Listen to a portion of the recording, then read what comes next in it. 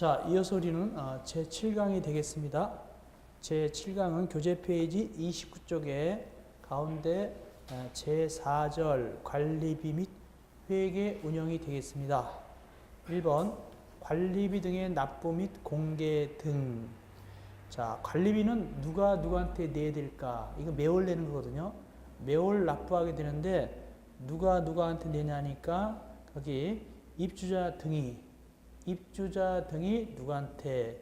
관리 주체에게 납부합니다. 입주자 등이니까 세대 들었으면 세든 사람도 낸다는 얘기예요. 사용자도 낸다는 얘기입니다. 꼭 소유자만 내는 게 아닙니다.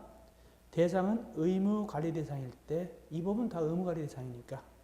그래서 입주자 등이 관리 주체에게 납부하는데 매월 납부하게 됩니다. 여기는 안 나왔지만 관리비 비목은 10개 비목으로 되어 있어요. 10개 비목. 나중에 우리가 기본 강의할 때 10개 비목 할 겁니다. 그 다음에 두 번째, 이거 뭐냐면 관리주체는 입주자 등이 납부하는 대통령령으로 정하는 사용료 등을 입주자 등을 대행해서 사용료 등을 발자에게 납부할 수 있다. 이게 뭐냐면 예를 들어서 전기료다, 수도료다 이걸 갖다가 원래는 입주자 등이 전기료 같은 걸 한전에다 내야 될 거 아닙니까? 근데 누가 중간에 관리주체가 받아가지고 대신 내준단 말이죠. 대신은 중간에 받아서 내준단 말이죠. 그래서 관리비에 보면은 거기에 붙어 있어요. 뭐 대신 납부하는 것도 있어요. 전기료 같은 거 있습니다. 이렇게 중간에 관리주체가 껴가지고 대신 받아서 납부할 수도 있다. 그런 얘기입니다. 두 번째, 관리비 등의 공개.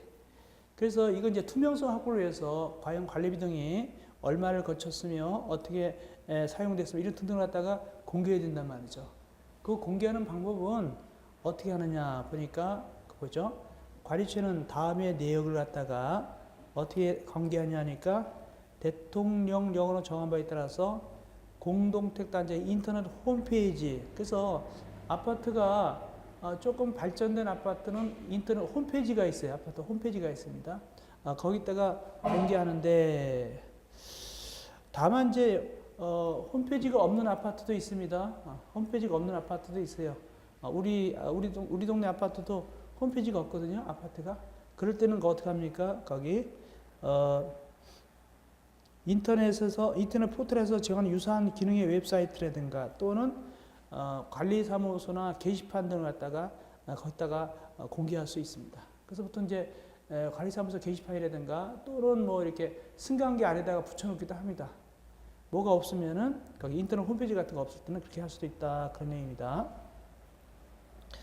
그리고 또 어디다 같이 하도록 되어 있냐면은 거기 국토교통부장관 구축 운영하는 공동주택 관리 정보 시스템에다가 공개하여야 됩니다.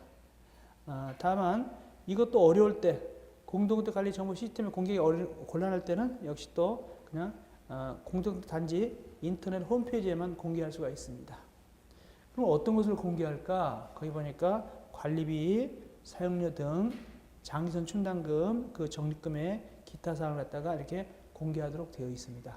투명성 확보를 해서 회계관계 같은 걸 투명성 확보를 해서 하도록 되어 있습니다. 두 번째, 관리비 예치금.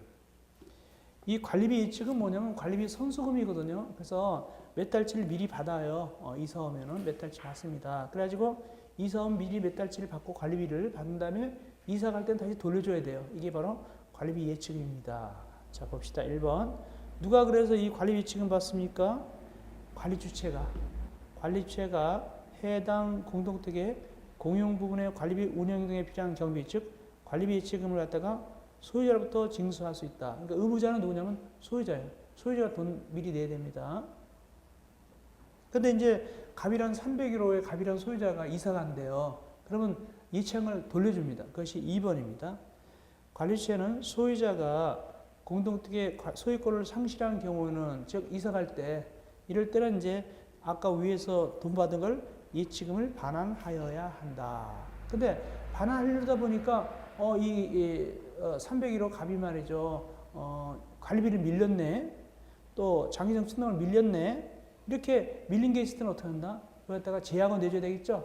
이걸 뭐라 표현하냐면 거기 정산한 후 그 전액을 반환할 수 있다. 그렇게 이제 한마디로 제약을 내준다는 얘기입니다. 이사 갈 때 그런 얘기입니다. 넘어갑시다. 30쪽 위로 올라가겠습니다. 제5절 시설 관리 및 행위 허가. 첫째, 장기손 계획. 장기손 계획은 뭐냐면 주요 시설을 갖다가 교체한다, 보수한다. 그 표가 있어요. 몇 년마다 교체하고 몇 프로 교체하고 또 보수하고 이런 거 있습니다. 그 계획을 세우는 거예요.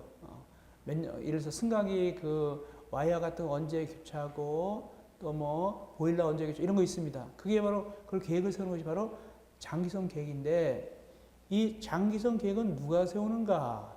두 주체가 세우도록 되어 있습니다. 볼까요? 다음에 어느 하나에 해당하는 공동체를 건설 공부하는 사업주체. 그래서 보통은 사업주체가 장기성 계획을 세웁니다. 다만 괄호 열고 건축법에 따라서 건축가 받아서 주택과 주택이 아닌 걸 동일건물로 지을 때는 건축주가 세운다. 이게 뭐냐면 이제 주상복합 같은 거. 주상복합 같은 건 주택과 주택이 아닌 같이 들어있죠. 이런 거는 이제 건축주가 이 계획을 세워야 돼요. 근데 대표적인 건 누구냐면 사업주체가 세웁니다. 다만 이런 경우는 건축주가 세우게 되고 또 세우는 친구가 있어요. 뭐냐면 리모델링 할 때. 리모델링 할 때는 역시 누가 또 계획을 세우냐. 리모델링 하는 자가 장기성 계획을 세우는 겁니다. 그래서 크게 얘기할 때는 장기성 계획을 누가 세우냐니까 사업체 또는 리모델링 하는 자가 세웁니다. 사업체나 또는 리모델링 하는 자가 세우는데 그거는 어떤 거냐면 전유 부분이 아니라 자기네 각각 세대 안에 안방, 건너방 그런 계획 세우는 게 아니라 공용 부분입니다. 그래서 그 공동택의 공용 부분에 대해서 전유 부분이 아니라 공용 부분에 대해서 장기성 계획을 수립해가지고 이걸 이제 언제 제출하느냐? 나중에 아파트 다 완료되면 뭐 받죠? 사용검사 받죠? 사용검사 받을 때 신청할 때 제출합니다. 다만 건축법에 의해서 지는 경우 있으시죠? 아까 뭐 주상복합 같은 거 그럴 때는 사용검사라 그러지 않고 뭐라 부릅니까? 사용승인이죠. 그래서 그때는 또 괄호 열고 사용승인을 신청할 때 이렇게 표현합니다. 그래서 원칙적으로는 사용검사를 받을 때 신청할 때 이 장기성 계획표를 제출합니다. 다만 건축법에서 지을 때는 사용검사라 부르지 않고 뭐라 부른다? 사용승인 그러죠. 그래서 그걸 괄호 열고 사용승인을 신청할 때 제출합니다. 누구한테? 사용검사권자 또는 이제 사용승인권자한테 제출하게 되겠죠. 근데 옛날에 시험지 뭐가 나왔냐면 옛날은 아니지만은 몇 년 전에 거기 장기성 계획 주관식 나왔어요. 괄호를 살짝 쳤어요. 공용 부분에 대한 뭐뭐뭐뭐를 수립하여 장기성 계획 이렇게 주관식이 이미 나왔습니다. 주관식으로 아주 어려운 건 아니에요. 그럼 답을 쓸 때 장기수성 계획 적으면 되는 거죠. 그래가지고 이제 누구한테 제출했습니까? 사용검사권자 또 이제 사용승인권자한테 제출했잖아요. 그러면은 이 사용검사권자는 갖고 있다가 누구한테 남기냐니까 거기 관리주체에게 인계해야 된다. 이제 관리주체가 결국엔 보관하는 거예요. 그래서 장기성 계획 봅시다. 그러면 어디 들어가야 된다? 관리주체가 갖고 있어요. 관리주체가 갖고 있죠. 그래서 관리주체에게 인계해야 된다. 이 경우 사용검사권자는 사업체 또는 리모델링 하는 자에게 장기성 계획의 보완을 요구할 수 있다. 이게 사용검사가 받아보니까 제출한 거 보니까 조금 좀 부족해요. 그때는 그 만든 친구 누구 있죠? 사업체 또는 리모델링 하는 자한테 야 이거 좀 고쳐, 이거 좀 보완해라고 요구할 수도 있다. 그 뜻입니다. 그럼 어떤 그 아파트를 갖다가 장기성 계획을 수립해야 될까? 어떤 아파트가 장기성 계획 수립 대상일까? 거기 네 가지가 바로 장기성 계획 수립 대상입니다.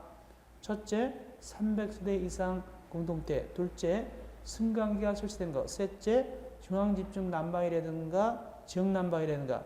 넷째, 이건 이제 주상복합입니다. 예를 들어서 뭐 밑에는 예를 들어서 밑에는 뭐 오피스텔이고 위에는 뭐 아파트 이런 식으로 또 밑에는 상가고 위에는 주택 이런 식으로 된 것이 4번입니다. 그런 거, 이 네 가지. 네 가지가 바로 장기성 계획을 수립해야 되는데 근데 가만히 보니까 요놈이 어디하고 좀 비슷하냐니까 우리 앞에서 배웠던 공동택관리법상 의무관리 대상 의무관리 대상도 네 가지였잖아요. 여기도 네 가지죠. 근데 똑같다, 좀 다르다.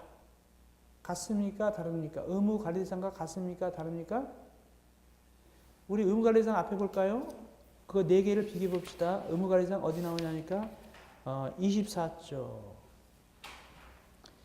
24쪽에 괄호 2번. 24쪽이에요. 24쪽에 괄호 2번 보니까 의무관리대상 공동태. 이건 이제 위탁관리하거나 자치관리하잖아요. 네 가지 거기 나오죠? 1, 2, 3, 4.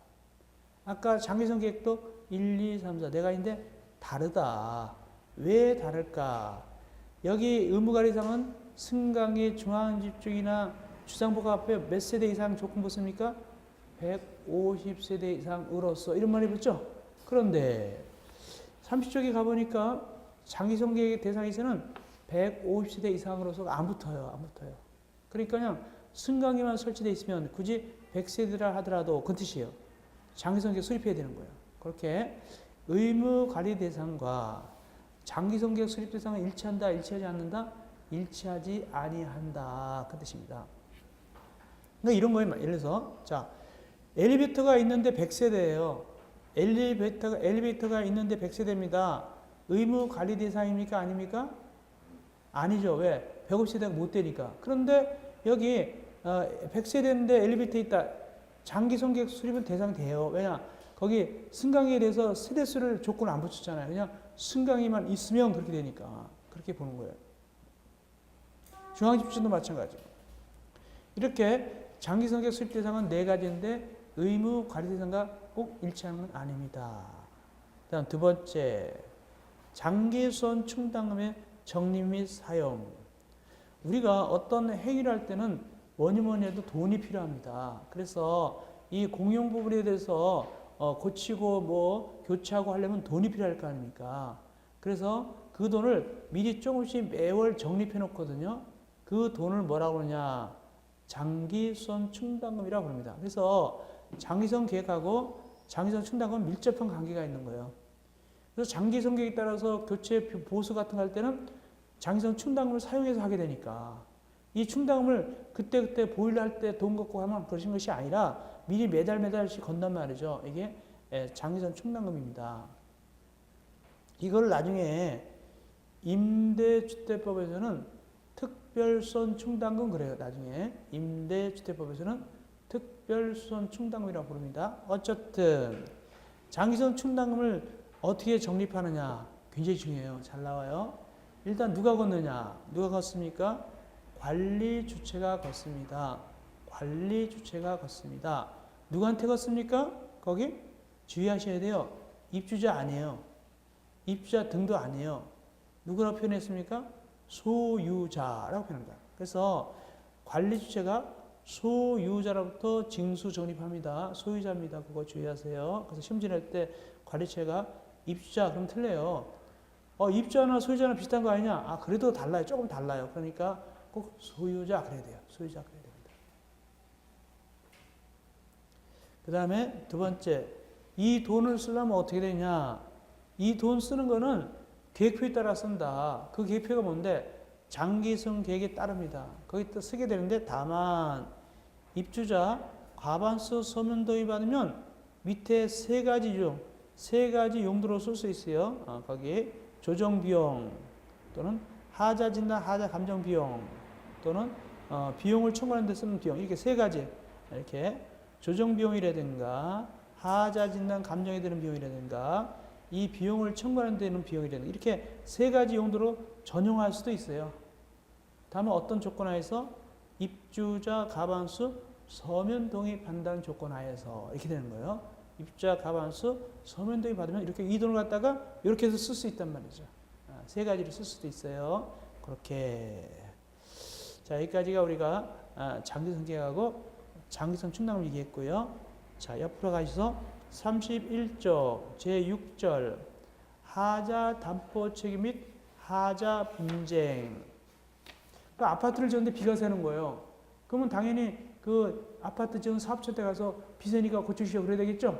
우리 그 신문 같은데 텔레비 보면 알겠지만 저쪽이 안양인가 안산 쪽인가 어디에 무슨 아파트 비 아파트가 막 그냥 거기가 막 무슨 아파트 있어요. 그게 막 그냥 엉망이어서 하자가 300몇 군데가 생기고 막 그러잖아요. 그런 의미에서 그것이 하자 담보 책임입니다. 그래서 하자 담보 책임이 있기 때문에 하자 보수를 해줘야 되겠죠. 그럼 하자 담보 책임은 누가 져야 되냐? 아파트를 지은 자가 지는 게 원칙이죠. 그 아파트를 지은 자를 우리는 뭐라 표현하냐면은 거기 그 아파트를 지은 자인데 특별히 그 관련된 친구들도 다 책임지는데 그것이 기역, 니은, 디귿, 리을 네 가지 친구들이 책임을 져요. 그 중에서 기역이 가장 대표적인 친구예요. 기역이 누구냐면 주택법 2조 10호 강목에 따른 자가 누구냐면 사업주체예요. 사업체. 아파트 지은 사업주체. 그래서 가장 대표적으로 하자담보 책임지는 친구가 기역에 누구다고요? 사업체예요. 사업체. 당연하죠. 사업체한테 가서 비세면 가서 고쳐달라고 그러겠죠. 또 누구도 책임지는 경우가 있냐면 니은은 주상복합이에요. 주상복합. 주상복합이 아니라 건축가 받아 지은 거예요. 기역은 주택법에 의해서 진 거예요. 그러니까 사업계획서를 받았다는 얘기죠. 기역은 주택법에 의해서 사업계획서를 받을 때는 사업체가 책임지고 니은은 그 규모가 작을 때는 세대수가 작으면 건축가 받잖아요. 예를 들어서 아파트가 100세대다 그러면 기역의 주택법에 의해서 사업계획서를 받을 것이고 연립택이 20세대다 그러면은 사업계획서를 안 받고 뭐 받았다? 니은에 의해서 건축가 받았거든요. 그럼 누가 책임져야 되겠어요? 거기 건축주가 분양했으니까 건축주가 책임지겠죠. 그래서 니은 건축주한테 고쳐달라고 그러고 끝이에요. 니은인 경우는 이제 세대수가 작은 거죠. 또 디귿에 보니까 누구도 책임진다? 시공자. 그 시공한 친구들도 책임져요. 시공자. 뭐 증축, 개축 이런 건 시공자. 또 리을에 보니까 리모델링을 한 시공자. 리모델링 한 시공자. 이렇게 네 친구가 책임을 집니다. 네 친구가 하자 담보 책임지는데 가장 대표는 누굴까요? 기역입니다. 그죠? 기역이 가장 대표죠. 누굴까요? 사업주체. 보통 우리가 주택보면 사업체가 제일 왕초니까 사업체가 가장 대표적인 친구입니다. 그래서 보통 아파트가 비가 새면 사업체한테 가가지고 이거 고쳐주시오 이런단 말이죠. 그런 얘기입니다. 근데 2번에 보니까 좀 약간 어려운 얘기가 나와요. 2번 봅시다. 위 이래도 불구하고 이렇게 내 친구한테 그 친구한테 뭐라고 그러냐면은 가서 하자보수 해주시오라고 할 수가 있는데 그럼에도 불구하고 공공주택특별법에 따라 임대한 후 분양 전환을 목적으로 공급하는 공동택을 공급한 위 1항 1호의 사업체는 분양 전환이 되기 전까지는 임차인에 대하여 하자 보수된 담보 책임을 진다. 이게 뭐냐면 이런 겁니다. 거기 1호1호의 사업체가 1호1호는 거기 1번의 기역을 얘기합니다. 거기 주택법 2조 10호 즉 사업체를 얘기하는 거예요. 자, 공공주택특별법 얘기할게요. 공공주택특별법은 공공임대택을 갖다가 임대합니다. 공공임대 아파트예요. 공공임대 아파트를 갖다가 임대하는데 이거는 일정 기간이라면 그 임차인한테 팝니다. 우리가 공공임대 들어갔는데 10년짜리다 20년짜리다 그래요. 그러면 20년 지나면 그 아파트 삽니다. 임차인들이. 그래서 사는 걸 뭐라고 하냐면 분양 전환한다. 분양 전환한다 불러요. 그러면 분양 전환하게 되면 이제 임차인이 그걸 샀죠. 사면 그 다음부터는 임차인이 아니라 뭐가 됩니까? 입주자가 되겠죠. 근데 그 전에 입주자가 되기 전 단계까지 임대인으로 있을 때 임차인들이 그때까지 만약에 비가 샌다. 임대인으로 있는데 공공임대 아파트 들어갔는데 비가 막 새는 거예요. 임차인이 들어가 있는데 그럼 누가 책임지느냐 그 뜻입니다. 그때는 누가 책임집니까? 사업주체가 그 임대 아파트를 공급한 사업주체가 책임진단 말이죠. 임대 아파트를 임대한 공급한 사업주체가 그걸 갖다가 책임을 져야 됩니다. 하자부터 책임진다 그 뜻입니다. 다음 동그라미 3번입니다. 그러면 이 하자 담보 책임기간 도대체 얼마 기간 동안 책임질까? 뭐 예를 들어서 우리가 자동차에서 하면 몇 년 동안 뭐 책임진다 그런 거 있죠. 또 선풍기 몇 년 이런 그런 뜻이 이 아파트 같은 건 도대체 몇 년 동안 책임질까? 그 기간이 다양한데 최고가 몇 년이냐면 거기 10년 범위에서 대통령령으로 정합니다. 10년 범위입니다. 10년 범위에서 대통령령으로 정합니다. 10년 범위에서. 그래서 뭐 5년짜리도 있고 3년짜리도 있고 막 그래요. 이거 나중에 우리가 기본 강의 정하는데 일단 10년 범위에서 정합니다. 10년 범위에서.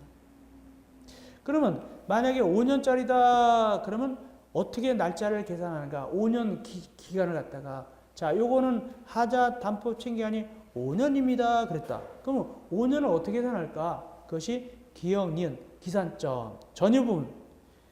전유 부분은 뭐냐면 아파트 안에 안방 같은 거 있죠. 자기네 쓰는 거. 개인적으로 쓰는 것이 전유 부분이에요. 그걸 만약에 5년이다 그러면 어떻게 계산한가? 그거는 입주자에게 인도한 날. 즉, 입주자가 들어온 날부터 계산해서 5년 되는 거예요.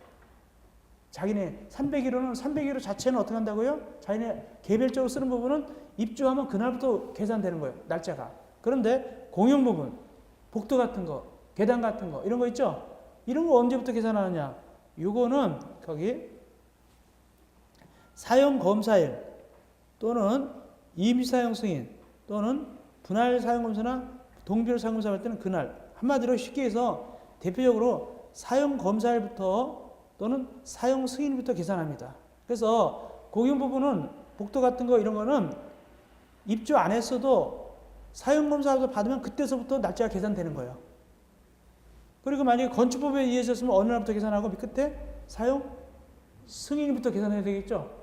주택법은 사용 검사, 건축법은 사용 승인이니까. 그래서 주택법에 의해서였으면 사용 검사부터 계산하면 되고 입주 안 했어도 공용 부분은 그다음에 이제 건축법에 의해서 셨으면 사용 승인부터 계산이 자동적으로 되는 거예요. 근데 전유 부분은 개별적으로 쓰는 그 아파트 그 각각 집집마다 하는 건 그거는 입주했을 때부터 계산이 들어가는 거예요. 그런 뜻입니다. 이어서 하자, 보수 등. 그래서 사업 주체가 하자 보수를 해줘야 되는데 하자 담보 챙기기간에 하자가 발생하면 하자 보수를 해야 됩니다. 하자 보수 하는데 이때 하자 보수 해야 되는데 누가 하는 게 원칙이다?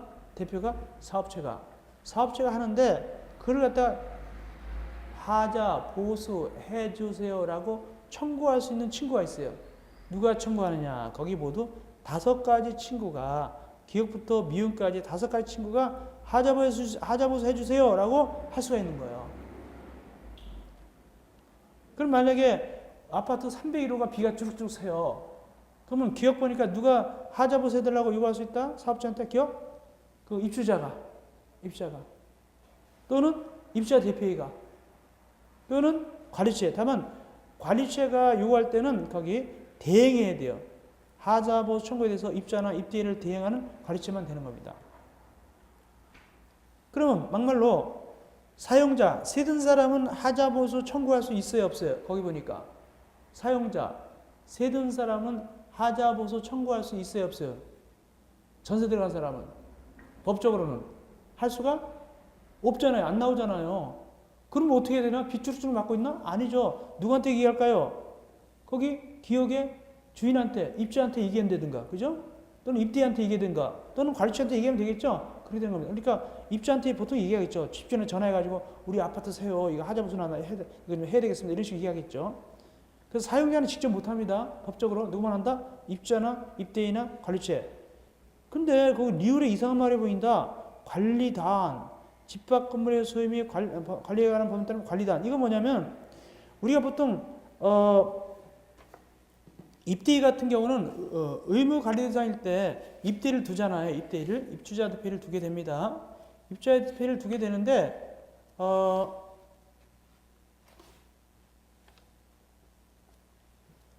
이때 만약에 입주자 대표가 없을 정도로 세대수가 적다. 예를 들어서 뭐 20세대다. 20세대 같은 경우는 입주자 대표가 없어요. 그럼 뭘 하느냐? 그때는 거기 리을에 관리단을 둔다. 관리단. 그러니까 관리단하고 입대인하고 성격이 비슷해요. 다만 입대인은 주택법에 의해서 뭐 의무관리 대상일 때 이럴 때 입대인 만들잖아요. 그죠? 입대인 만들죠. 근데 입대인가 없을 때는 뭘 만든다? 거기 관리단을 만들어. 관리단. 또 상가 같은 것도 관리단이 있어요. 상가 같은 것도 관리단이 있습니다.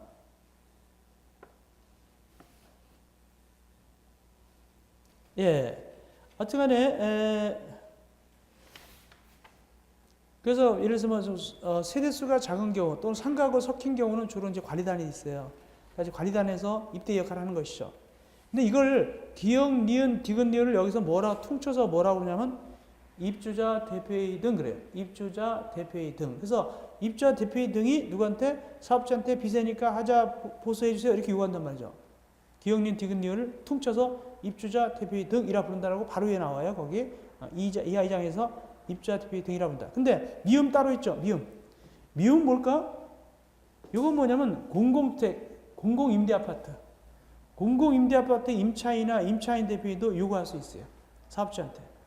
공공임대아파트 임차인이나 임차인 대표회의도 그 아파트 지은 사업자한테 보수해서 이렇게 요구할 수 있습니다. 그것이 미움입니다. 예. 그래서 결국에는 하자 보수 청구할 수 있는 친구는 총 몇 명이다? 5명이죠. 종류가 5이죠. 5. 주로 누구한테 얘기한다고요? 사업 주체한테 얘기하게 되겠죠. 자, 넘어갑시다. 32쪽 제일 위에. 그래서 사업체는 담보 책임 기간 안에 공동택의 하자가 발생할 때는 하자 발생으로 해서 이는 손해를 배상할 책임이 있어요. 손해배상 책임이 있습니다. 네, 잘못했으니까.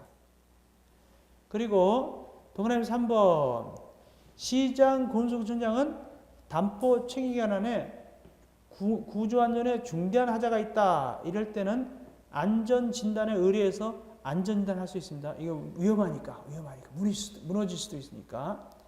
이런 비용 같은 건 대통령령으로 정한다. 여기 대통령령은 뭐냐면은 주택법 시행령을 공동택관리법 시행령을 얘기하는 겁니다. 시행령입니다. 두 번째 하자 심사 및 분쟁 조정 2번. 그래서 비가 주룩주룩 샜는데 그래서 사업자한테 얘기했어요. 사업자한테 얘기했더니 사업자가 얘기를 뭐야 나는 튼튼하게 잘 졌는데 니네들이 관리 잘못한 거 아니야? 이렇게 서로 다툼이 생긴 거예요. 또 얘기를 이거는 하자가 아니라고 막 우기고 그럼 서로 막 싸움이 날 거 아닙니까? 그래서 이걸 분쟁을 조정하려고 하는 것이 바로 뭐냐면 거기 하자 심사 분쟁 조정위원회 또는 이걸 갖다 뭐라 부르냐면 하자 분쟁 조정위원회라 불러줘요.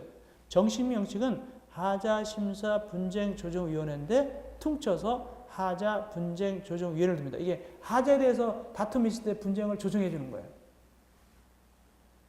그러면 이 하자 분쟁 조정위원회는 어디다 둘까? 어디다 둡니까? 거기? 국토교통부에 돼요. 국토교통부에 두는구나. 국토교통부. 시도가 아니라 국토교통부에. 그럼 어떤 일들을 갖다 조정할까? 밑에 기업 하자 여부 판정. 이게 하자다 아니다. 니은 하자 담보 책임 및 하자 보수에서 사업체 하자 보수 보증 발급기관과 입대의 등 임차인 등 간의 분쟁 조정. 서로 간에 막 싸움 났을 때. 세 번째, 이건 디귿은 뭐냐면 재밌어요. 그 아파트를 지은 그 주객들 간의 싸움. 누구냐면 거기 아파트를 지었을 때 사업체라든가 설계자라든가 감리자 서로 간에 싸움 난 거예요. 야 설계자가 네가 감리 잘못했으니까 잘못된 거야. 감리자는 설계 잘못했잖아. 이런 식으로 서로 싸움 나가지고 말이죠. 하자가 생겼을 때 이럴 경우도 역시 여기서 해요. 기타 다른 법령에서 이거는 하자 분쟁 조정에서 하는 거야 라고 정해져요. 이렇게 모두 4가지를 다뤄요. 어디서? 하자 분쟁 조정위원회에서. 어디다 두는데? 국토교통부에 둬요. 국토교통부. 그래서 2번 하자심사 분쟁 신청할 자는 국토교통부령이 정하는 바에 따라서 신청서를 제출해야 된다. 그러니까 서식이 다 되어 있겠죠. 그러니까 국토교통부령 즉 공동택관리법 시행규칙에 서식이 있어요. 어떻게 써내는 거 있죠. 그걸 써가지고 내라는 뜻입니다. 이어서 제7절 공동택의 전문관리. 공동택 전문관리 누구 등장하냐면은 주택관리업자 위탁관리할 때. 두 번째 관리사무소장. 세 번째 주택관리사 등. 주택관리사 등 누구입니까? 주택관리사 보호하고 주택관리사 이렇게 이것이 바로 전문관리 3가지가 등장해요. 시험지 잘 나와요. 첫째 주택관리업 등록. 주택관리업 등록한다고 해서 위탁관리하는 거예요? 자치관리하는 거예요? 위탁관리하는 거죠. 위탁관리. 그러면 이게 이 양반이 이제 주택관리업자 등록하고 돈 벌어먹어야 될 거 아닙니까? 그럼 어떻게 하냐? 등록을 해야 돼요. 주택관리업자는 돈 벌려면 등록합니다. 등록하러 어디로 갈까요? 어디로 가서 등록합니까? 시장, 군수, 구청장에게 등록해야 된다. 이거 시험 문제 많이 나옵니다. 시장, 군수, 구청장에게 등록한다. 이거 많이 나오고. 두 번째, 이번도 중요해요. 근데 말소를 당했어요. 누가? 주택관리업자가. 잘해서 말소당했을까요? 못해서 말소당했을까요? 못하니까 말소당했겠죠. 그럼 몇 년이 지나야 됩니까? 다시 등록하려면 2년이 지나야 된다. 이것도 많이 나와요. 2년이 지나야 된다. 근데 이거 이번에 누구한테 말소당했을까요? 이거? 시장, 군수, 구청장한테 말소당했겠죠. 당연히. 세 번째, 등록하는 겁니다.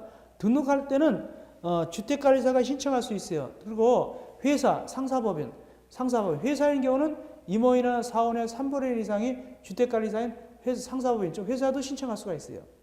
그때 주택관리업 등록할 때는 일정 요건가 같은데 특별히 자본금이 얼마냐 외워놔야 돼요. 몇 억 이상입니까? 2억 이상. 그래서 주택관리업 등록하려면 자본금이 2억 이상이 있어야 돼요. 그리고 이제 기타 대통령령으로 정하는 인력, 시설, 장비 같은 게 있었는데 이건 나중에 우리가 기본 강의할 때 표가 있어요. 그걸 좀 배울 거예요. 그다음 두 번째, 주택관리업자 의무입니다. 주택관리업자가 아닌 자는 주택관리업 또는 이와 유사한 명칭을 사용하지 못한다. 즉 사입업자 안 된다는 얘기죠. 주택관리업자도 아니면서 비슷하게 쓰면 안 된다는 얘기죠.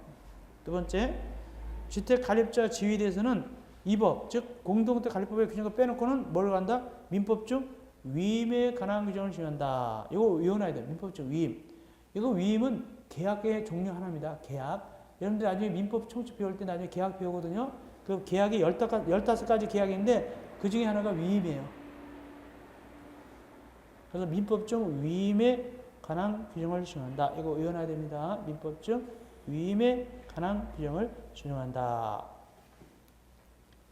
나중에 여러분들이 계약 배울 때 15가지 계약이 있어요. 뭐 매매, 임대차, 뭐 사용대차, 뭐 증여 등등 여러 가지 화해, 뭐 여러 가지 조합 등등 여러 가지인데 그 중에서 위임이라는 게 있습니다. 올라가서 33조 위에 올라갑니다. 2번 관리주체의 업무와 주택관리사 1. 관리주체의 업무. 관리주체 업무도 나올 수 있는데 비교적 쉬워요. 읽어보면 알겠지만 1번 공동택의 공용부분의 유지보수 및 안전관리. 여기 주의할 게 있어요. 1번에. 1번은 뭐가 핵심이냐면 전유 부분이 아니에요. 전유 부분은 각자 개인집이거든요. 전유 부분이 아니라 공용 부분을 다뤄주는 거예요. 그러니까 복도 같은 거 이런 걸 갖다가 뭐 하는 것이지 안방 건너방 해주는 거 아니에요. 전유 부분이 아니라 공용 부분이다. 이렇게 하셔야 돼요. 그 다음에 단지 안에 경비, 청소, 소독, 쓰레기 수거. 어려운 얘기는 아니죠. 당연한 거 아니겠습니까? 세 번째, 관리비 사용료 같은 거 걷는다. 또 공과금 납부 대행한다. 전기료, 수도료 이런 거 대신 납부해주잖아. 그죠? 또 장기선 충당금 징수 전입 관리한다. 또 관리계약으로 정하는 사항을 집행한다. 입대해서 의결하는 사항을 집행한다. 기타 이런 것들은 누가 한다고요? 관리주체가 한다. 그 뜻입니다. 한마디로 관리사무소에서 해주는 거죠. 두 번째, 관리사무소장의 손해배상 책임. 관리사무소장의 손해배상 책임. 그래서 주택관리사가 소장 업무하면서 소장 일하다가 잘못할 수도 있잖아요. 그래서 고의 또는 과실로 입자 등에게 재산상 손해를 끼쳤다. 그때는 손해배상 해줘야 돼요. 그래서 소장님 일하시다가 고의나 과실로 입자 등에게 재산상 손해를 끼치면 손해배상할 책임이 있어요. 그래서 이 손해배상을 하게 되면은 소장님은 굉장히 책임이 막중하잖아요. 그리고 돈이 막 왕창 들어갈 수도 있어. 그렇기 때문에 거기 2번에 보험 같은 걸 마련합니다. 그래서 개인 돈 나가기 어려우니까 그럼 소장님 뭐 월급 얼마 탄다고 한꺼번에 돈 나가면 안 되기 때문에 2번에 이 손해배상을 하기 위해서 거기에 보증보험 가입해도 괜찮고 공제 가입해도 괜찮고 공탁해도 괜찮아요. 세 가지 중에 하나만 하면 돼요. 이게 3천만 원짜리, 5천만 원짜리 있어요. 나중에 배웁니다. 3천만 원짜리, 5천만 원짜리 있는데 이걸 보증보험이라든가 공제가입이나 공탁하면 돼요. 보증보험은 어디다 가입할까요? 보험회사 같은 데 하게 되겠죠? 보험회사. 그러니까 보증보험 가입할 때는 수수료는 조금 내겠죠? 그러나 책임은 나중에 사건 터지면은 보험회사도 나오잖아요. 그런 얘기입니다. 또 공제가입. 공제가입은 주택관리사 협회, 주택관리사 단체에 가입해요. 주택관리사 단체에 가입하는데 실제적으로 대한민국은 대한주택관리사 협회예요. 거기다 가입하게 되는 겁니다. 그래서 이 주택관리사 모인 단체가 있어요. 거기 공제가입해요. 공제가입. 마치 우리가 버스 공제가입 하듯이 이렇게 공제가입합니다. 이렇게 해도 괜찮고, 세 번째는 뭐 해도 괜찮고, 공탁해도 괜찮고. 공탁은 어디다 하는 걸까요? 공탁은 법원에다가. 그러니까 이 셋 중에 하나만 하면 돼요. 그래서 만약 소장님 대신 보통 아마 공제가입 많이 할 거예요. 협회에다가 공제가입 할 겁니다. 가입비 조금 내고 할 거예요, 아마. 공탁은 현금 같은 게 있어야 되니까 좀 그렇고. 예. 그래서 한번, 그래서 이제 이렇게 주택관리사 등이 이제 소장 업무하려고 이거 갖다가 보증보험 가입했다든가 공제 가입했다든가 공탁을 했으면 나 가입했어요 라고 누구한테 서류를 제출하냐니까 그 가입한 사실 서류를 갖다가 제출해 줍니다. 누구한테 제출하느냐? 밑에 기업 입대회장한테 제출하든가 또는 임대택은 누구한테 제출하고 임대사업자한테 제출하고 또 입자에 대표가 없는 경우는 시장 구소구청장한테 제출하면 돼요. 가입했습니다. 이렇게. 근데 동그라미 4번. 근데 이 소장님이 말이죠. 법원에다 공탁을 했어요. 법원에다 4번입니다. 법원에다 공탁을 했어요. 4번 보니까. 4번. 그래서 공탁을 했어요. 이분은 또. 법원에 공탁했는데 이분 이제 그만두는 거예요. 캐나다에 자기 딸이 있어서 거기 이사 간다. 이민 가기 때문에 그만두겠습니다. 또는 돌아가셨어요. 그럴 때는 그날로부터 돈 찾아가는 것이 아니라 공탁금을 찾아가는 것이 아니라 몇 년 이내에는 회수할 수 없습니까? 거기 3년 이내에는 회수할 수 없다. 아니 왜 그냥 그때 왜 3년까지 기다려야 되는가? 혹시 그만둔 다음에 무슨 사고가 그때 잘못해서 사고가 나중에 나타날 수도 있죠. 나중에 나타날 수도 있고 그러니까 그때를 그걸 위해서 미리 딱 잡아놓는 거예요. 그래서 3년 이내는 회수할 수 없어요. 그래서 시험지 나왔죠. 3년 이내는 회수할 수 없다. 그 다음에 세 번째 주택관리사 등의 자격. 여기 주택관리사 등이라는 것은 주택관리사하고 주택관리사 보호를 얘기하는 거예요. 그래서 주택관리사 보호하고 주택관리사를 합쳐서 주택관리사 등 그래요. 그러면 보가 먼저예요? 사가 먼저예요? 보가 먼저죠. 그럼 보가 되려면 어떻게 할까요? 시험에 합격해야 돼요. 1번 보가 되려면 시험에 합격한 다음에 국토교통부장이 시행하는 자격시험 합격한 다음에 누구로부터 합격 순서 받습니까? 국토교통부장 아닙니까? 시도의사입니까? 여러분들이 나중에 합격하면은 시도의사한테 합격증 받아요. 즉 서울인 경우는 누구한테 받을까요? 서울특별시장한테 합격증을 받는 거예요. 주택관리사 보호 시험 합격하면은 서울특별시장한테. 경기도에서 하는 사람은 경기도의사한테. 근데 다만 거기 인구 50만 이상인 대도시인 경우는 대도시장한테 받아요. 그건 뭔 소리냐면 이런 거예요. 고양시는 대도시예요. 왜냐면 고양시 인구가 말이죠. 일산 고양시 인구가 100만 넘었거든요. 그러면 그때는 경기도의사한테 받는 것이 아니라 누구한테 합격증 받는다고요? 고양시장한테 받는다. 그런 뜻이에요. 서울은 여기 노원구청장한테 받는 게 아니에요. 누구한테 받는다고요? 서울특별시장한테 받는 거예요. 이해하셨죠? 시도의사 또는 대도시장한테 합격증 받고 그 다음에 이제 이 보가 떨어지면 어떻게 한다? 2번 보가 떨어지고 4가 돼야 될 거 아닙니까? 그건 어떻게 한다? 거기 보니까 거기 기업 보호 합격증 받고 니은 실무 경력이 있어야 된다. 그래서 여러분들이 2차 과목인 실무 과목에서 아직 들어봤는지 혹시 아직 안 된지 모르겠지만은 이게 보가 떨어지려면 소장을 몇 년이면 3년 지나야 보가 떨어져요. 그리고 아파트 사무실에서 근무하는 분들 시설 기사님이라든가 전기사님, 회계 담당 등등은 5년 지나면 보가 떨어져요. 근데 이제 안 쳐주는 분도 있어요. 아파트 근무에도. 누구냐면 청소원이나 경비원 같은 분들 있죠? 그런 분들은 경력 안 쳐줘요. 안 쳐줍니다. 그러고 난데 뭐가 떨어진다고? 보가 떨어져요. 그러면 이제 어떻게 한다? 역시 이제 시도의사 등으로부터 4 자격증을 받게 되는 거예요. 그렇게 됩니다. 그리고 부하고 사의 차이점 뭐냐면 아파트 단지 크기가 달라요. 그래서 부는 500세대 미만이고 사는 500세대 이상일 때 사가 하는 것이죠. 500세대 미만만 보가 하는 겁니다. 그 사는 다 할 수 있고 사는 여기저기 다 되는데 보는 500세대 미만만 담당할 수가 있죠. 그런 뜻입니다. 이어서 34쪽 위에 올라갑시다. 3번 결격 사유. 결격 사유입니다. 결격 사유. 결격 사유는 뭐냐면 주택관리사나 보가 못 된다는 얘기예요.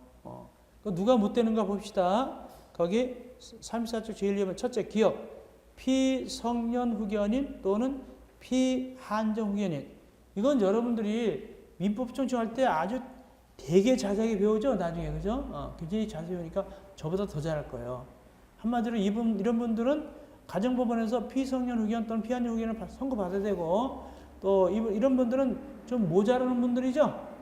정식적으로 좀 모자라는 분들입니다. 이런 분들은 된다 안 된다? 안 된다. 여러분들이 민법 청취할 때 이 부분은 굉장히 자세히 배웁니다. 근데 주의할 게 있어요. 거기 기억에 미성년자는 들어있지 않아요. 원래 미성년자는 몇 세 미만이죠? 19세, 만 19세 미만이잖아요. 근데 여기 미성년자가 없다는 거예요. 결국에는 미성년자는 주택관리사, 이론적으로 주택관리사 등이 될 수 있다 없다? 될 수 있다는 거예요. 여기 금지 목록이 안 나오잖아요. 여기 피성년 후견은 안 되고 피한정이 안 되는데 소위 말해서 민법 총칙상 행위 무능력자 있잖아요. 행위 무능력자 보면은 미성년자도 나오고 피성년 후견인 피한정이 나오잖아요. 근데 여기 행위 무능력자 중에서 미성년자는 여기 안 나와 있잖아요. 그러니까 미성년자는요 논리적으로 볼 때는 법리적으로 볼 때는 주택관리사 등이 될 수 있어요. 근데 사실상은 4는 어렵겠죠. 경력 쌓아야 되는데 그죠? 3년은. 그래서 사실상 보호는 될 수 있어요.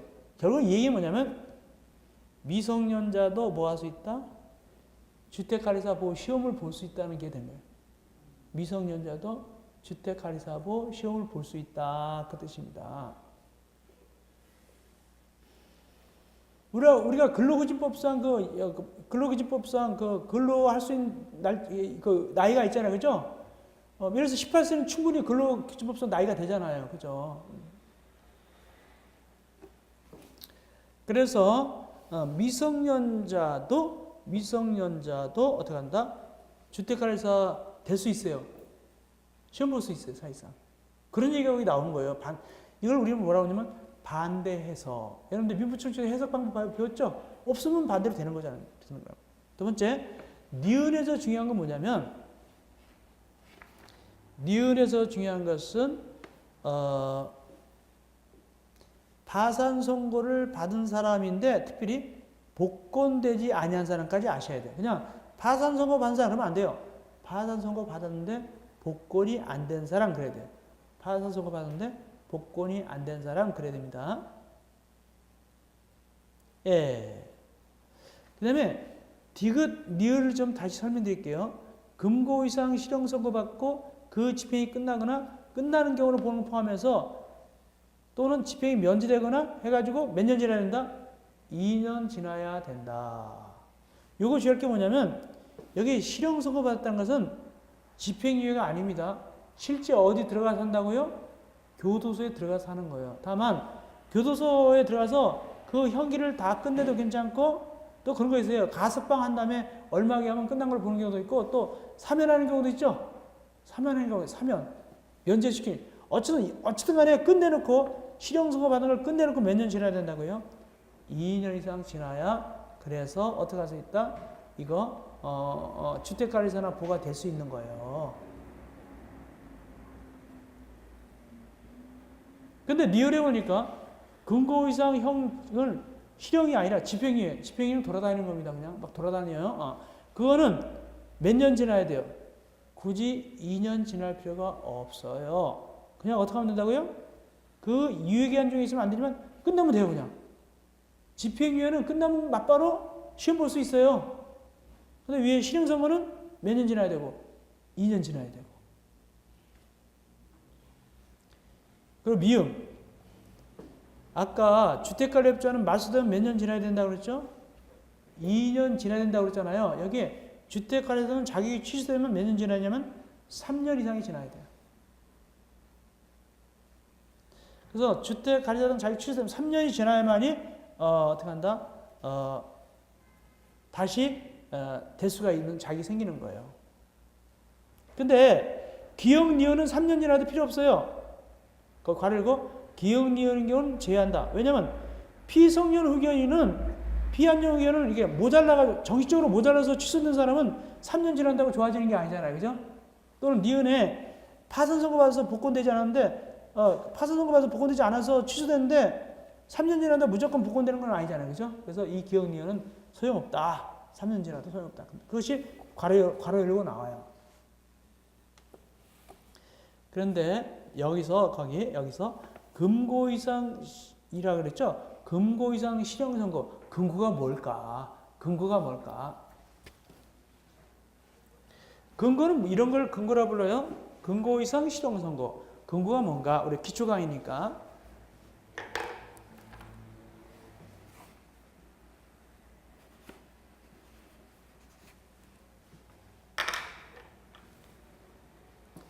이제 우리 형법상 형의 종류가 9가지가 있어요. 형법상. 그래서 형 중에 제일 무서운 건 뭐죠? 사형이죠, 사형. 근데 사실상 우리나라는 법에는 사형이 되어 있지만 사형을 갖다 실시하지 요즘 거의 사형 안 하고 있죠. 그래서 문제가 되고 있는데 어떤 사형이 있고 사형 밑에 뭐가 있냐면 징역이 있어요. 그 다음에 지금 얘기한 뭐가 있냐면 금고가 있습니다.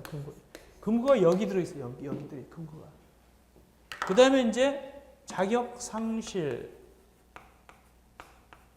자격 정지, 그 다음에 우리가 많이 들어본 벌금이 이쯤에 들어있어요. 순서로 따지면. 이게 형의 경중이에요. 제일 센 놈부터 나디로 가서. 벌금, 그 다음에 이제 구류.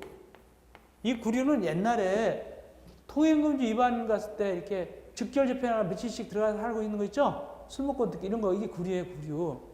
짧은 기간 들어가 있는 게 구류, 유치장 들어가 있는 게 구류입니다. 그 다음에 과료. 이건 금액을 조금 매기는 것이고, 몰수. 만약에 노름하다 그랬다. 판돈 못 수하게 되겠죠? 몰수. 이것이 형의 순서인데, 금방 보니까 어느 이상 실형 선고 받았을 때 거기 보니까 금고 이상. 그러면 금고 이상이면 이 금고 들어가요, 안 들어가요? 금고 이상. 금고 들어간다, 안 들어간다? 들어가죠. 들어가니까 금고 이상이가 이거 아닌가 이렇게 되는 거죠. 그죠? 그래서 금고나 징역이나 사형을 선고받고 그런 얘기예요. 이걸 실행하고 몇 년 지나야 된다고요? 2년 지나야 되는데 근데 사실상 여기서 끼기가 어려운 게 있어요. 뭐는 끼기가 어렵다? 사형은 사실상 이게 끼기가 어려워요. 사형을 면제받으면 되긴 돼요. 사형 면제받고 몇 년 지나면 된다? 2년 지나면 되겠죠. 근데 사형 면제는 대단히 어렵잖아요. 그죠? 보통 사형 실시하겠죠. 사형을 실시하고 몇 년? 2년 지났다. 그럼 이 양은 뭐가 됐다? 유령이나 귀신이 됐겠죠. 2년 지난 다음에 어디 왔다고요? 시험 보러 어떻게 원서를 제출한다. 주소지 망우리 무슨 공묘지 이렇게 말이 안 되죠. 그래서 실제로는 금고하고 징역이에요. 그럼 금고는 뭐고 징역이 뭐냐? 둘 다 똑같이 어디로 가냐면 교도소 들어가서 합니다. 그런데 징역은 거기서 일을 해요. 일. 징역은 의무적으로 일을 하도록 돼 있어요. 우리는 소위 깜빵이라고 하죠. 깜빵 들어가보지 않고 영화는 봤죠. 일 같은 거 하잖아요. 이걸 우리 이제 정력에 복무한다 그러는데 의무적으로 일하는 것이 징역입니다. 근데 금고도 역시 갇혀 지내는데 의무는 아니고 원할 때. 자기가 원하면은 일을 할 수가 있어요. 그래서 사실상은 징역과 금고는 거의 같아요. 근데 우리나라는 아직도 그래서 외국의 입법령은 이걸 같이 치는 경우가 있거든요. 하나만 해버려요. 근데 우리나라는 아직도 징역과 금고를 따로따로 정하고 있어요. 따로따로.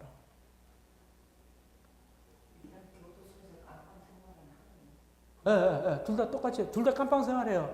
근데 그렇죠. 근데 이건 옛날에 이게 옛날에 어떤 범죄냐면 고급 범죄, 고급 범죄 근거였어요. 일 안 시키고 고급 범죄. 근데 어쨌간에 그게 연어인데 지금은 대부분 근거 때립니까, 징역 때립니까 보통 징역을 많이 때리죠. 일을 하게끔 하죠. 이렇게 하죠. 그렇습니다. 그리고 이제 일을 하게 되면 돈을 조금씩 저금을 해요. 돈을 조금씩 줘요. 그러니까 소위 깜빵도 돈을 조금데 그것이 월급 개념은 아니고 소위 이제 은혜로서 준다 표현해요. 그러니까 이렇게 좀 이렇게 치근하니까 주는 거. 가지고 이걸 갖다가 나중에 나올 때 찾아갖고 나와요. 많지는 않아요. 그렇다고 들어가라는 얘기 아니에요. 모범수들은 중간 정산도 할 수 있어요. 모범수들은 중간 정산도 할 수 있고 그래요. 왜냐면 의욕 같은 그냥 일하는 거하고 얼마라도 주는 건 좀 다르죠. 아무리 깜빵 생활하지만 그렇죠? 그래서 그래요. 근데 재밌는 게 뭐냐면 여기 벌금이 여기 들어있죠? 우리가 제일 많이 신경 쓰는 것이 징역하고 벌금이잖아요. 그죠? 보통 그렇게 얘기하잖아요. 그죠? 벌금, 음주 위반 이런 가지 벌금 받았다 이렇게 하죠. 여기는 다 뭐냐면 이거는 이런 것들은 다 정가 오르는 거예요. 정가 오릅니다. 근데 지금 벌금보다도 센 놈이 누구죠? 자격 상실이 더 세죠? 이게 왜 그러냐면은 만약에 국립대학교 교수가 어떤 이렇게 잘못해가지고 됐을 때 예를 들어서 국립대학 교수가 예를 들어서 논문을 갖다 심사하면서 돈을 받아 먹었다. 예를 들어서 그러면 그 교수 입장에서는 벌금 내는 게 나아요? 자격 상실되는 게 나아요? 그 교수 입장에서는 벌금 내는 게 낫죠. 근데 이게 더 약한 거예요. 이게 자격 상실 자격정지보다는 그렇죠? 더 약해요. 그래서 근데 이 자격 상실이나 자격정지는 징역 근거할 때는 같이 하는 경우가 많아요. 같이 하는 경우가 많습니다. 같이. 징역 몇 년하고 자격상실 따라가는 경우도 있어요. 따라서 같이 자격 때문에 같이 이렇게 되는 거예요. 자, 그래서 근거 이상은 어떻다고요? 요겁니다. 요걸 얘기하는 거예요.